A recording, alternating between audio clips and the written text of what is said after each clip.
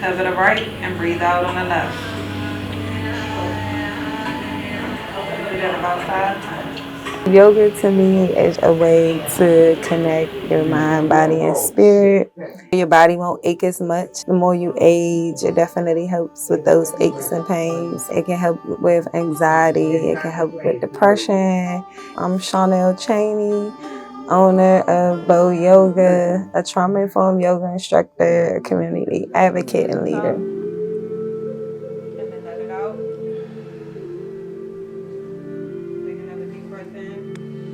I was actually having like really bad panic attacks, and I was praying for peace, and it was dropping in my spirit for me to meditate. And I never seen nobody meditate. I'm from Southeast DC. And then fast forward, she was in a domestic violence relationship, and my caseworker, she was like, you know, if you're into meditation, you might like yoga. And I was able to link how I wound up in that domestic violence relationship to some childhood trauma.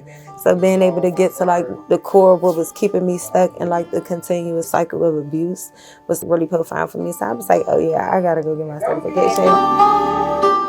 You are enough. Your life matters. I am strong.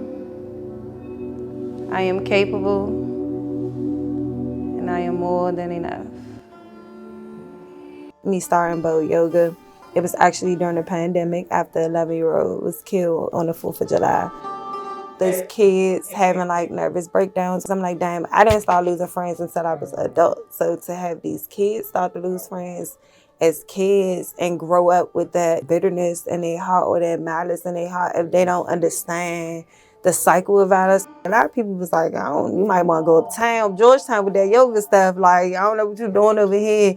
Because I mean, therapy, depending on what community you in, some of that stuff is taboo. Yoga is too.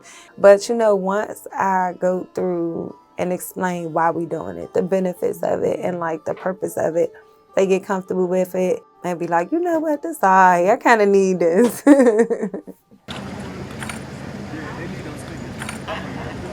Anacostia is a community that is rich with talent and greatness, and people doing really great work. You know, we have a lot of people that have started nonprofits that are doing community work that's really involved. However, our city still falls short, and our crime rates are still the same as other cities without it.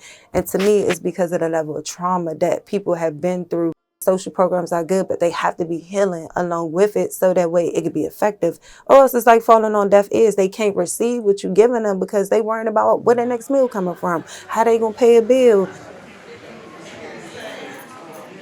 But yoga is different from your average yoga because most times like you go in there and they're focusing on like just like the stretching piece, but with Bold Yoga we kind of incorporate a lot of different like trauma workshops and stuff. So we incorporate ours with mental health. So like we do mommy and me classes for moms and then newborns for postpartum depression prevention.